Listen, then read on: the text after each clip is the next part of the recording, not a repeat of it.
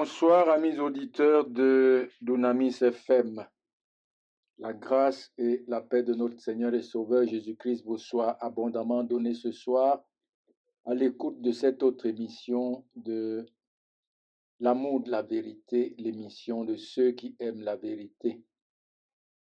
Nous ne pouvons continuer sans porter toute notre reconnaissance à notre Seigneur et Sauveur Jésus-Christ, lui qui nous a aimés et qui nous aime et qui nous aimera. Lui qui s'est donné sur la croix pour les péchés de son peuple, lui qui est notre consolation, notre force, notre réconfort et notre soutien dans la vie comme dans le ministère. Que toute la gloire lui soit rendue, à lui et à lui seul. Ce soir, nous vous invitons encore à ouvrir vos Bibles dans le livre de Malachie, au chapitre 3, versets 2 à 6, que je vais lire pour vous. Il est écrit: qui pourra soutenir le jour de sa venue? Qui restera debout quand il paraîtra? Car il sera comme le fondeur comme le feu du fondeur, comme la potasse des foulons. Il s'assiera, fondra et purifiera l'argent. Il purifiera les fils de Lévi. Il les épurera comme on épure l'argent et l'or. Et ils présenteront à l'Éternel des offrandes avec justice. Alors l'offrande de Juda et de Jérusalem sera agréable à l'Éternel comme aux anciens jours, comme aux années d'autrefois. Je m'approcherai de vous pour le jugement et je me hâterai de témoigner contre les enchanteurs et les adultères, contre ceux qui jurent faussement, contre ceux qui retiennent le salaire du mercenaire, qui oppriment la veuve et l'orphelin, qui font tort à l'étranger et ne craignent pas, dit l'Éternel des armées. Car je suis l'Éternel, je ne change pas, et vous, enfants de Jacob, vous n'avez pas été consumés. Voilà le texte de notre étude ce soir. Nous sommes déjà au 3e chapitre de l'étude de Malachie. Et ce soir, comme vous voyez, notre message sortira du verset 2 au verset 6. Et j'ai intitulé ce message « L'œuvre que le Seigneur Jésus-Christ est venu accomplir sur la terre ». Dans notre dernier message sur Malachie, toujours, verset 1, nous avons parlé de l'annonce de la première venue de Christ dans son temple. Et ce soir, nous parlerons par la grâce de Dieu de l'œuvre que le Seigneur Jésus-Christ est venu accomplir dans ce monde. Et la première des choses dont nous voyons que le Seigneur Jésus-Christ est venu accomplir, c'est le jugement de ses ennemis et des ennemis de son Église. Et comme nous le lisons au verset 2, aucun ennemi de Christ ne pouvait lui résister. Aucun ne pouvait tenir debout. Il est écrit: qui pourra soutenir le jour de sa venue? Qui restera debout quand il paraîtra? Car il sera comme le feu du fondeur, comme la potasse des foulons.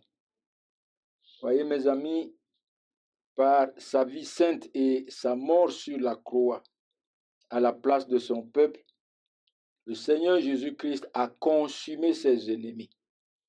Il a marché sur ses ennemis, il les a livrés publiquement en spectacle, comme le fondeur, comme le feu du fondeur qui fond le métal, comme la potasse des foulons qui foule aux pieds les étoffes, les draps pour les rendre blancs et aussi pour les rendre utilisables. Voyez mes amis, sur la croix, le Seigneur Jésus-Christ a vaincu ses ennemis.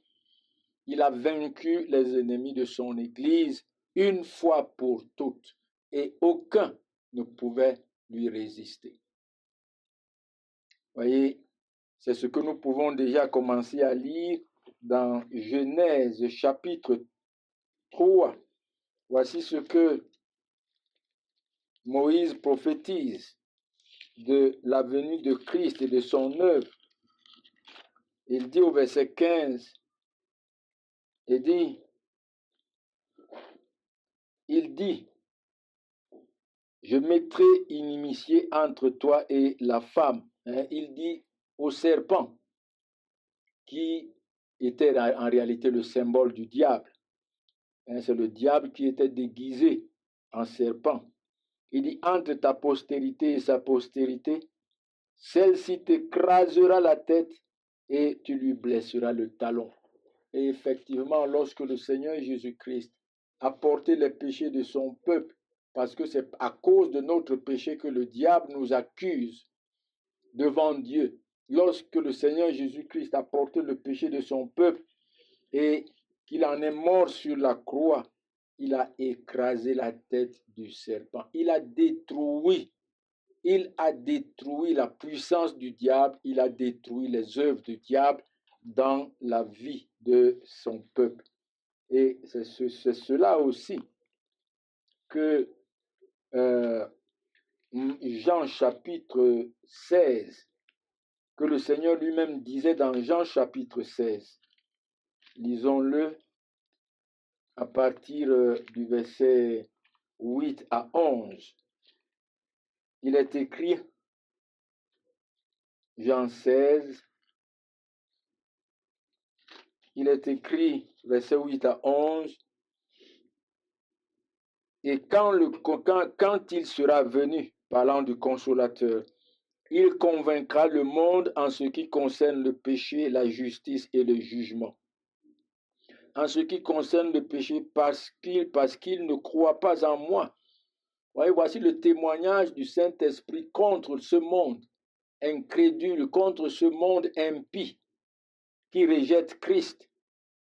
En ce qui concerne le jugement, parce que je vais au Père et que vous ne me verrez plus. À la justice, en ce qui concerne la justice, parce que je vais au Père et que vous ne me verrez plus. Oui, par son sang qui a coulé sur la croix, le Seigneur Jésus-Christ a payé la dette de son peuple et satisfait à la justice de Dieu pour le salut de son peuple. Et c'est cela que le Saint-Esprit, n'est-ce pas, convainc. C'est cela que le Saint-Esprit annonce aux élus de Dieu. Qu'ils ont été justifiés une fois pour toutes et qu'il n'y a plus maintenant aucune condamnation.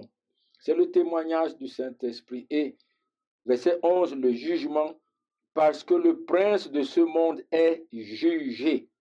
Voyez, lorsque le Seigneur Jésus-Christ est monté sur la croix, prenant la place de son peuple dans la mort, il a jugé Satan et tous ses démons et tout son royaume. Il les a jugés. Et c'est aussi, n'est-ce pas, ce que Colossiens chapitre 2 nous explique encore plus clairement. Ici, dans Colossiens chapitre 2, il est écrit au verset 13, l'apôtre Paul dit aux chrétiens de Colosse, il leur parle du privilège qu'ils ont en Jésus-Christ. Et ce même privilège que nous partageons, nous, les élus de Dieu, avec eux. Il dit, vous qui étiez morts par vos offenses et par l'incirconcision de votre chair, il vous a rendu à la vie avec lui. Oui, Dieu nous a rendu à la vie avec Christ. Nous étions morts dans nos péchés, morts spirituellement devant Dieu, incapables de faire quoi que ce soit pour lui plaire.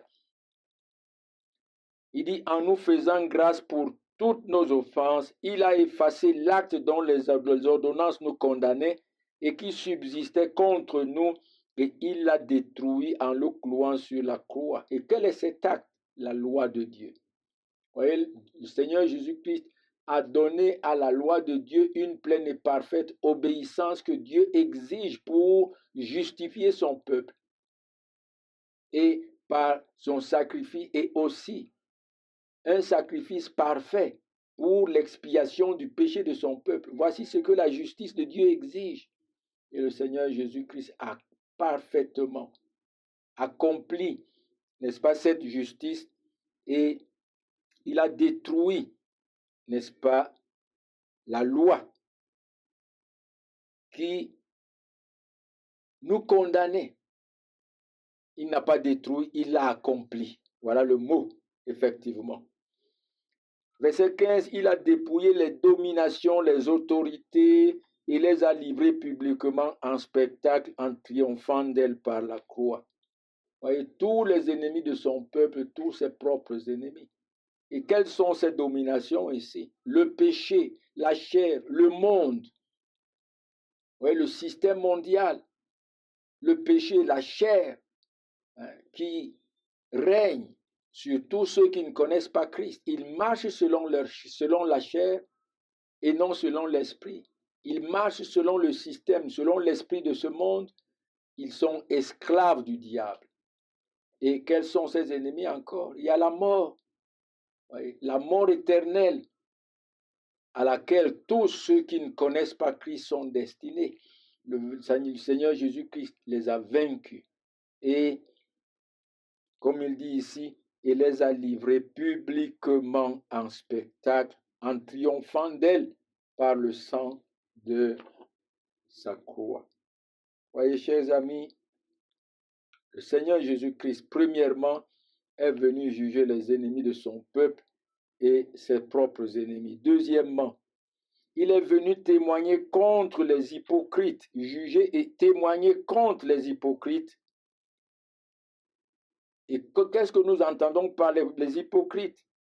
La fausse religion des hommes, par la prédication. Et comment juge-t-il la fausse religion? Comment témoigne-t-il par la fausse religion? C'est par la prédication de l'évangile. Voyez, beaucoup en Israël, au temps de Malachie, étaient tombés dans la décadence spirituelle et morale. Ils avaient toujours le nom de Dieu dans la bouche, mais leur cœur était éloigné de leur Dieu. Et c'est pour cela qu'il dit dans Malachie 3 et le verset 5, il dit, je m'approcherai de vous pour le jugement, je me hâterai de témoigner contre les enchanteurs, les adultères, contre ceux qui jurent faussement, contre ceux qui retiennent le salaire du mercenaire, qui oppriment la veuve et l'orphelin, qui font tort à l'étranger et ne craignent pas, dit l'Éternel. Et voyez mes amis, tous ces hommes, en fait tous ces hommes, toutes ces catégories d'hommes que le Seigneur Jésus-Christ cite ici, sont symboliques de la fausse religion, n'est-ce pas, qui est mise à nu, qui est jugée par la prédication fidèle de Christ et de Christ crucifié. Les enchanteurs, vous voyez, ce sont ces dirigeants qui séduisent le peuple et amènent les gens, n'est-ce pas, à rendre à Dieu un culte désagréable, comme nous l'avons déjà vu dans le chapitre 1 de Philippiens, versets 6 à 10. Lisons-le. En fait, c'est tout le chapitre 1. Mais lisons le verset 6 à 10, où il est écrit, un fils honore son père et un serviteur son maître. Si je suis père, où est l'honneur qui m'est dû? Si je suis maître, où est la crainte qu'on a de moi? En réalité, les faux prophètes, les faux docteurs ne donnent à Christ aucun honneur, ne donnent à Dieu aucun honneur, quoiqu'ayant son nom sur leur bouche, ils ne le craignent pas. S'ils le craignaient, ils n'allaient pas séduire les foules et les entraîner loin de la grâce de Christ, loin de la miséricorde de Dieu en Jésus-Christ. Il dit l'Éternel des armées, sacrificateurs qui méprisez mon nom et qui dites, en quoi avons-nous méprisé ton nom? Vous offrez sur mon autel des aliments impurs et vous dites, en quoi t'avons-nous profané? C'est en disant, la table de l'Éternel est méprisable. Quand vous offrez en sacrifice une bête aveugle, n'est-ce pas mal? Quand vous offrez une boiteuse ou infirme, n'est-ce pas mal? Offre-la donc à ton gouverneur. Te recevra-t-il bien? Te fera-t-il bon accueil? Dit l'Éternel des armées. Priez Dieu maintenant pour qu'il ait pitié de nous. C'est de vous que cela vient. Vous recevra-t-il favorablement? Dit l'Éternel des armées. Verset 10. Lequel de vous fermera les portes pour que vous n'allumiez pas en vain le feu sur mon autel? Je ne prends point plaisir à vos sacrifices, je ne prends point plaisir en vous, dit l'Éternel des armées, et les offrandes de votre main ne me sont point agréables. Vous lisez comme ça jusqu'à la fin. Voici ce culte désagréable que le peuple rendait à Dieu, séduit par les faux par ces sacrificateurs indignes qui les avaient entraînés à mépriser leur Dieu. À mépriser leur Dieu. Voyez, c'est la prédication fidèle de l'Évangile qui juge et qui met à nu la fausseté des hommes, la fausseté de la fausse religion. Voyez, les adultères. Voyez, le peuple est conduit par ces faux sacrifices. Le peuple était conduit par des sacrificateurs indignes qui n'avaient plus à cœur la gloire de Dieu. Et ainsi, ils commettaient l'adultère avec leur Dieu, qui était leur époux. Voyez, par des enseignements qui éloignaient le cœur du peuple de son Dieu. Par les enseignements qui amenaient le peuple à ne plus avoir, à prendre à cœur la gloire de son Dieu. C'est de l'adultère spirituel. Voyez. Où on est fidèle à Dieu comme une épouse doit être fidèle à son mari, comme le mari doit être fidèle à sa femme, où on est adultère. C'est la même chose, voyez, dans la religion, dans l'adoration de Dieu. Si vous n'êtes pas fidèle à Dieu selon sa parole, selon ce qu'il a établi dans sa parole, vous êtes un adultère. Vous ne lui êtes plus fidèle. Et, mes amis, qu'est-ce que nous ne voyons pas aujourd'hui dans ce pays?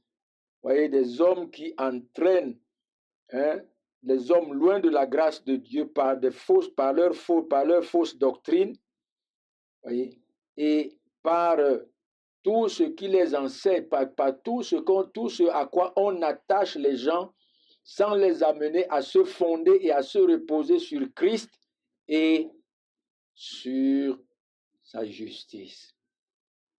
Voyez, mes amis, c'est en Christ et Christ seul que les hommes sont agréables à Dieu. Voyez. Nous voyons de nos jours les foules qui sont séduites, fascinées par de faux prophètes et éloignées totalement de Christ. Voyez. Il parle aussi, n'est-ce pas, qu'il est venu pour témoigner contre ceux qui jurent faussement. Voyez, le peuple était entraîné par des faux sacrificateurs qui prenaient Dieu à témoin dans ce qu'il faisait. Alors en réalité, qu'ils étaient en train de fouler la gloire aux pieds, la gloire de Dieu aux pieds. Et qu'ils mentaient au peuple par rapport à ce qu'il les enseignait. Parce qu'ils n'enseignaient pas au peuple ce que Dieu a ordonné.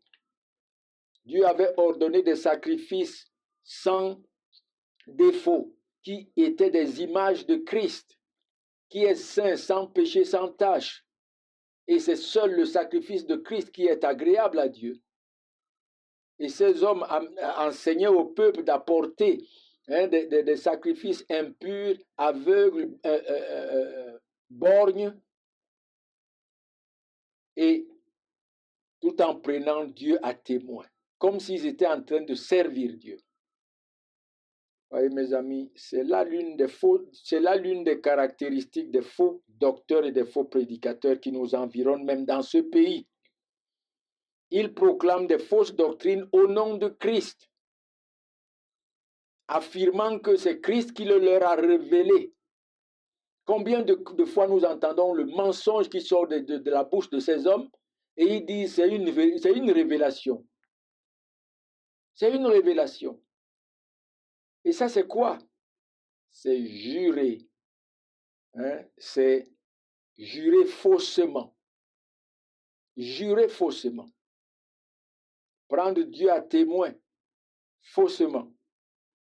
Et il dit encore, il témoignera contre ceux qui retiennent le salaire des mercenaires.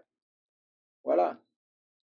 La plupart de ces faux docteurs, de ces faux prophètes, de ces dirigeants, parce que c'est d'eux que je veux parler ici, ils utilisent les fidèles pour telle ou telle chose et ils ne leur payent pas. Et en retour, qu'est-ce qu'ils font? Ils leur promettent des bénédictions que Dieu lui-même n'a pas promis à ces hommes. Ils retiennent leur salaire et ils leur promettent des bénédictions. Vous voyez, c'est comme Jacques disait, de la foi qui n'a point des œuvres. Ton frère qui est nu vient à toi. Il t'explique son problème. Et tu lui dis, mon frère, va, que Dieu te bénisse. Que Dieu prenne soin de toi. Vous voyez, mes amis? Et il y en a plein dans cette ville de Bafoussam, il y en a plein dans ce pays du Cameroun, il y en a plein dans le monde. Vous voyez? Ils n'ont pas égard. Ils n'ont pas égard à la veuve ni à l'orphelin. Et ils font tort à l'étranger sans aucune crainte. Et qu'est-ce que nous pouvons comprendre ici par la veuve, par l'orphelin et par l'étranger? Voyez, cela symbolise ces hommes et ces femmes qui viennent et qui suivent ces hommes, voyez, qui ont besoin du salut. Voici des hommes et des femmes sans Christ qui suivent ces faux prédicateurs, ces faux docteurs. Ils ont besoin du salut, ils n'ont aucune espérance, mais les faux docteurs ne se soucient pas du salut de leur âme. Ces faux prophètes ne se soucient pas du salut des âmes de ceux-là qui sont sous leur, je peux dire même domination, parce qu'ils dominent sur ces hommes. Je n'ai jamais entendu un faux prophète parler de la croix de Christ, de la justice de Christ et de dire aux hommes, attachez-vous à Christ. Parce que c'est sa justice seule qui sauve. Ailleurs même, on ne parle même pas du péché, on ne parle même pas de la repentance. Et on entraîne les hommes comme ça, dans les temps de feu. Vous voyez, ils n'ont pas égard à la veuve. Celui qui est sans Christ est veuve. Celui qui est sans Christ est orphelin. Celui qui est sans Christ est étranger. Étranger aux choses de Dieu. Il a besoin de Christ. Et au lieu de le conduire vers Christ, on le conduit vers les miracles, vers la séduction, vers tout ce qu'il peut. La prospérité. Oh, chers amis, voilà ce que Christ devait venir témoigner contre la fausse religion. Voyez, la fausse religion qui ne se soucie pas du tout du salut des âmes. Et quel grand tort pouvons-nous causer à un pauvre pécheur qui cherche le salut si nous l'éloignons de la grâce de Dieu et de la miséricorde de Dieu en Jésus-Christ? Si nous l'éloignons, n'est-ce pas, du sacrifice de Christ qui a payé la dette du péché de son peuple et qui a satisfait à la justice de Dieu pour le salut des pécheurs, pour le salut de son peuple. Quel grand tort causons-nous aux hommes? Voyez, chers amis, voilà, c'est pourquoi le Seigneur Jésus-Christ, revenons dans Malachie, c'est pourquoi le Saint-Esprit, Malachie dit ici, le Seigneur Jésus-Christ dit ici, je m'approcherai de vous pour le jugement et je me hâterai de témoigner contre les enchanteurs, les adultères, contre ceux qui jurent faussement, contre ceux qui retiennent le salaire du mercenaire, qui oppriment la veuve et l'orphelin, qui font tort à l'étranger et ne craignent pas, dit l'Éternel des armées. Ils ne craignent pas l'Éternel. Voyez, chers amis, l'Éternel met à nu par la prédication de l'Évangile, par la prédication fidèle de son Fils et de son Fils crucifié. Voyez la fausseté de la fausse religion, le mensonge de la fausse religion, les ténèbres de la fausse religion. Et leur pratique.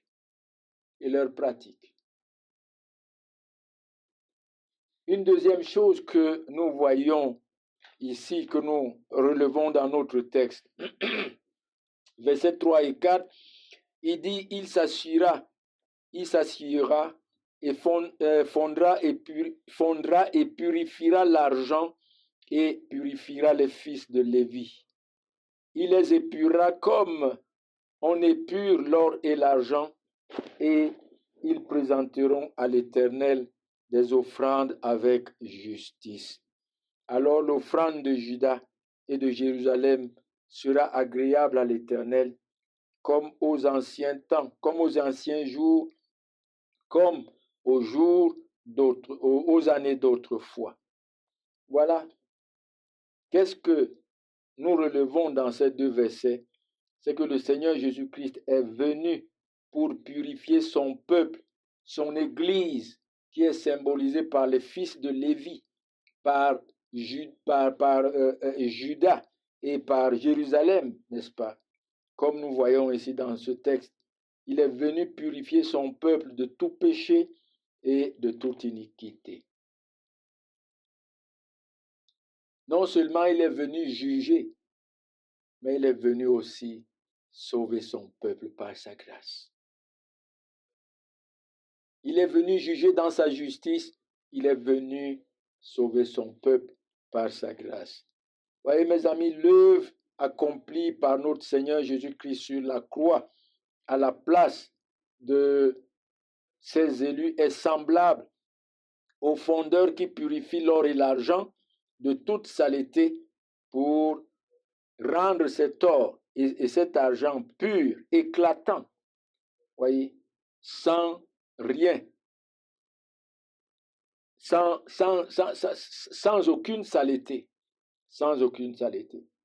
Voyez mes amis, ainsi le sang de notre Seigneur Jésus-Christ qui a coulé sur la croix a payé la dette du péché de son peuple, satisfait à la justice de Dieu et a amené une fois pour toutes à la perfection tous les élus, les fils de Lévi. Les fils de Lévi. Et dans 2 Corinthiens chapitre 5 et le verset 21, il est écrit, « Celui qui n'a point connu de péché, il l'a fait devenir péché pour nous, afin que nous devenions en lui justice de Dieu. » Afin que nous devenions en Christ, ouais, après avoir payé le prix de nos péchés sur la croix et satisfait à la justice de Dieu, il nous a rendus à la perfection une fois pour toutes. Nous sommes devenus en lui justice de Dieu, saint et irréprochable, saint et irrépréhensible, sans péché, sans tache. C'est pourquoi la Bible appelle l'Église les saints. Les rachetés, la Bible nous appelle saints. Voyez, chers amis, et dans Éphésiens chapitre 5, exhortant les hommes rachetés, les croyants rachetés, n'est-ce pas, à aimer leurs femmes Voici ce que Christ dit à partir du verset 25. Éphésiens 5. Il prend lui-même son exemple. Il dit, Marie, aimez vos femmes comme Christ a aimé son Église et s'est livré lui-même pour elle, afin de la sanctifier par la parole, après l'avoir purifiée par l'eau du baptême, par le baptême d'eau, afin de la faire paraître devant lui, cette Église glorieuse, sans tache, ni ride, ni rien de semblable, mais sainte et irréprochable. Voyez, sainte et irréprochable. C'est ainsi que l'œuvre du Seigneur Jésus-Christ qu'il a accomplie sur la croix a purifié son peuple de tout péché pour les faire paraître devant lui. Ce peuple saint, ce peuple glorieux, ce peuple irréprochable. Et par son esprit, il a fait de son peuple un peuple qui adore, n'est-ce pas, Dieu en esprit et en vérité. C'est pourquoi au verset 3, dans Malachie 3 toujours, il est écrit, et ils présenteront à l'Éternel des offrandes avec justice. Un peuple qui adore Dieu, qui adore Dieu son Père en esprit et en vérité. Verset 4, alors l'offrande de Juda sera agréable à l'Éternel comme aux anciens jours, comme aux années d'autrefois. Voyez mes amis, l'Église, par la justice de Christ,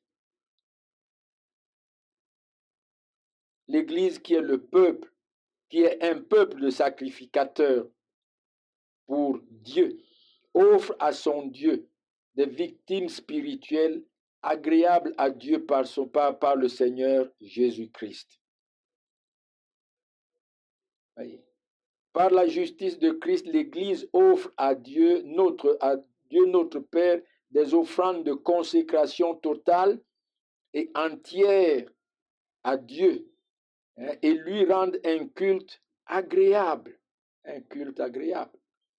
Et nous pouvons le lire dans Hébreux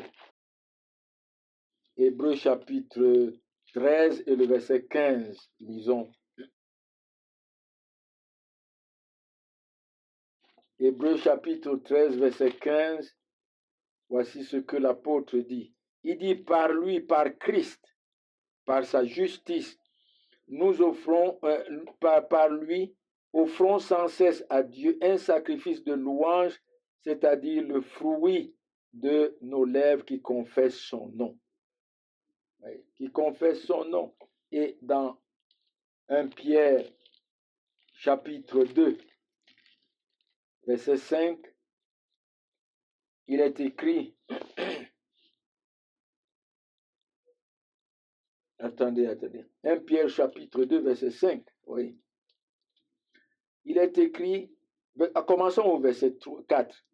Il dit, approchez-vous de lui, pierre vivante, rejetée par les hommes, mais choisie et précieuse devant Dieu. Et vous-même, édifiez-vous. Et vous-même, comme des pierres vivantes, édifiez-vous pour former une maison spirituelle, un saint sacerdoce, afin d'offrir des victimes spirituelles agréables à Dieu par Jésus-Christ. Et au verset 9, il dit, vous au contraire, vous êtes une race élue, un sacrifice, un sacerdoce royal, une nation sainte, un peuple acquis, afin que vous annonciez les vertus de celui qui vous a appelé des ténèbres à son admirable lumière. Vous qui autrefois n'étiez pas le peuple de Dieu, et qui maintenant êtes le peuple de Dieu, vous qui n'aviez pas obtenu miséricorde, et qui maintenant avez obtenu miséricorde en Jésus-Christ. Et dans Romains, chapitre 12, il dit encore, voyez, les offrandes de consécration d'humilité, de consécration totale entière, qui rendent à Dieu un culte agréable.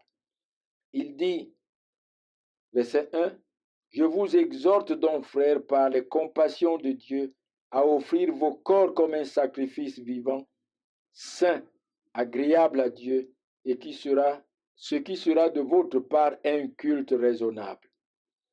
Ne vous conformez pas au siècle présent, mais soyez transformés par le renouvellement de l'intelligence, afin que vous discerniez quelle est la volonté de Dieu, ce qui est bon, agréable et parfait. » Voici comment l'Église adore son Dieu, en esprit et en vérité, lui offrant des offrandes et des sacrifices agréables.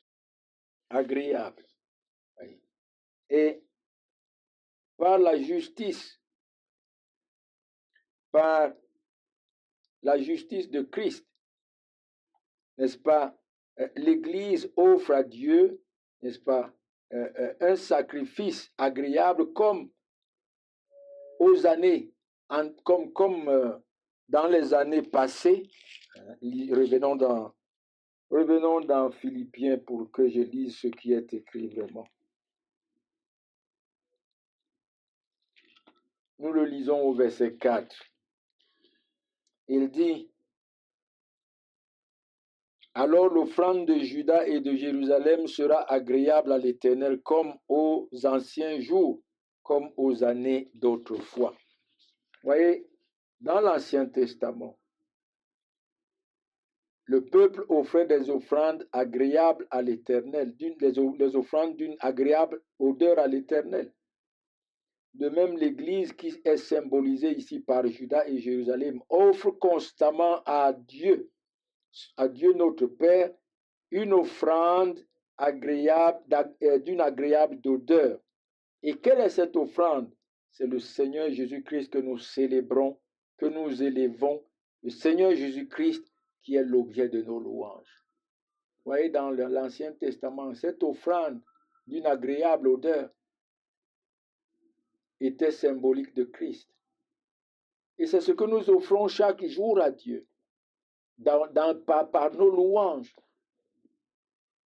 Lorsque nous élevons vraiment le Seigneur Jésus-Christ dans toute sa gloire, dans toute sa grâce. Lorsque le Seigneur Jésus-Christ remplit nos cœurs, voici cette offrande agréable, comme au jour d'autrefois dans l'Ancien Testament. Voyez, mes amis, une troisième chose que nous relevons dans notre texte, c'est que Dieu ne change pas. L'Éternel, notre Dieu, ne change pas. Verset 6. Dans sa souveraineté, il a plu à Dieu notre Père d'aimer son Église. Les enfants de Jacob, lisons-le, verset 6.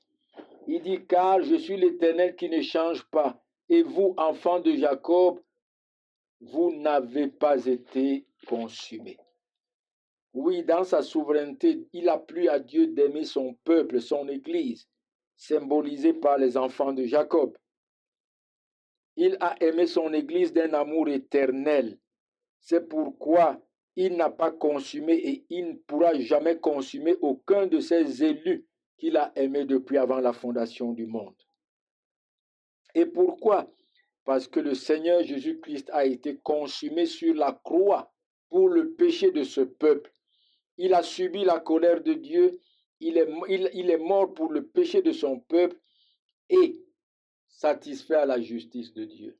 Et la Bible nous déclare, il n'y a donc maintenant aucune condamnation pour ceux qui sont en Jésus-Christ. Oh, quel privilège! Quelle bénédiction pour ceux qui sont en Jésus-Christ. Oui, par sa grâce, il n'y a plus de condamnation pour aucun des rachetés. Christ les a purifiés de tout péché, de toute iniquité, de leur péché passé, de leur péché présent et de leur péché futur. Et comme nous l'avons vu, il a présenté cette église devant Dieu, une église glorieuse, sans tache ni ride. Comment Dieu condamnera-t-il encore ceux pour qui Christ est condamné? Comment Dieu condamnera-t-il encore ceux que Christ lui a présentés glorieux, sans ride, ni rien de semblable, saints et irréprochables? Quelle grande bénédiction, quel grand privilège. C'est ça. Je le répète et je le répéterai toujours dans toutes mes prédications. Voyez mes amis, c'est ça la gloire de l'évangile. C'est ça la beauté de l'évangile. La beauté de Christ, la gloire de Christ. Il n'est pas venu pour essayer de sauver un peuple pour lui, comme les hommes prêchent, mais il a sauvé une fois pour toutes et a amené à la perfection, une fois pour toutes, tous ceux que le Père lui a donnés. Et de même, n'est-ce pas que par sa grâce, il a aimé son Église et Christ est mort pour les péchés de cette Église et il n'y a plus aucune condamnation pour cette Église. N'est-ce pas de même, dans sa justice, l'Éternel frappe et il frappera tous ses ennemis et les ennemis de son Église, comme nous l'avons vu. C'est ce qu'il mérite et c'est ce que nous méritions nous tous. Dieu ne change pas. Il frappera dans sa justice, il se glorifiera dans sa justice en condamnant les hommes dans les flammes éternelles. Il se glorifiera dans sa grâce en sauvant un peuple de pécheurs en Jésus-Christ. Et voici donc, chers amis, l'œuvre que le Seigneur Jésus-Christ est venu accomplir sur la terre. Une œuvre de salut pour son peuple élu depuis avant la fondation du monde et une œuvre de justice et de condamnation pour ses ennemis. Croyez en Christ. Croyez en Christ. Croyez en Christ. C'est en lui seul qu'il y a le salut.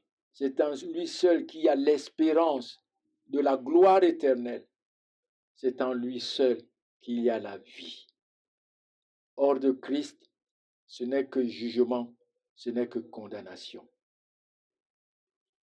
Dieu bénisse sa parole.